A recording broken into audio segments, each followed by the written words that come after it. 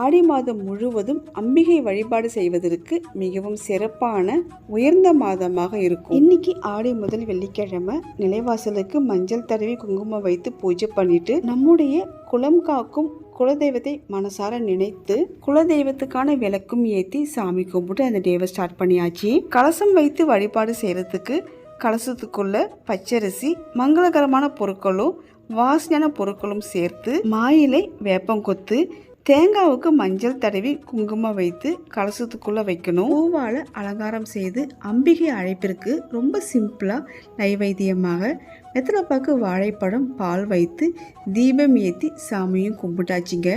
அடுத்து படையலுக்கான விரத சமையல் செய்கிறதுக்கும் ஆரம்பித்தாச்சு. ஆடி மாதம்னாலே அம்மனுக்கு நைவேத்தியமாக சக்கரை பொங்கல் செய்கிறதும் சோளம் கம்பு கேழ்வரகுல கூழிக்கின்றதும் பச்சரிசி ஊற வைத்து இடித்து மாவிளக்கு போடுறது தான் வழக்கம். கொஞ்சமாக பொட்டுக்கடலை மாவு சேர்த்து மாவிளக்கு செய்கிறப்ப எவ்வளோ நேரம் ஆனாலும் தளர்வே ஆகாமல் கெட்டியாக அப்படியே இருக்கும். முதல் வெள்ளிக்கிழமை செய்ய முடியாதவங்க ஆடி மாதத்தில் வருகின்ற ஏதாவது ஒரு வெள்ளிக்கிழமை மாதிரி கலசம்லாம் வைத்து பூஜை பண்ணுற வழக்கம் இல்லாதவங்க சாமி படம் மட்டும் வைத்து சிம்பிளாக அவங்கவுங்க விருப்பத்துக்கு ஏற்ப நைவேத்தியம் செய்து படையல் போட்டு பூஜை பண்ணிக்கலாம்.